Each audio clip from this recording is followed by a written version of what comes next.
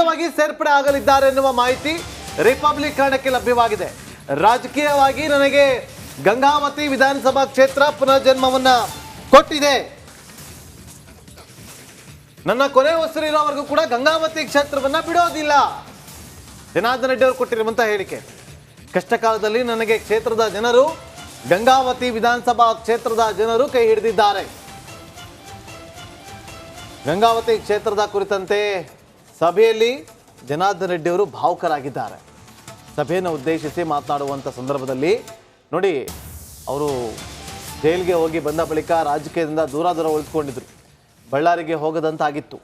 ಹಾಗಾಗಿ ಕಳೆದ ಬಾರಿಯ ವಿಧಾನಸಭಾ ಚುನಾವಣೆಯಲ್ಲಿ ಅವರು ಗಂಗಾವತಿ ವಿಧಾನಸಭಾ ಕ್ಷೇತ್ರದಿಂದ ಕಣಕ್ಕಿಳಿದು ಅಭೂತಪೂರ್ವವಾದಂಥ ಗೆಲುವನ್ನು ದಾಖಲು ಮಾಡುವ ಮೂಲಕ ಮತ್ತೊಮ್ಮೆ ರಾಜಕೀಯ ಪ್ರವೇಶವನ್ನು ಮಾಡಿದರು. ಅದಕ್ಕೆ ಕಾರಣವಾಗಿದ್ದು ಗಂಗಾವತಿ ವಿಧಾನಸಭಾ ಕ್ಷೇತ್ರ.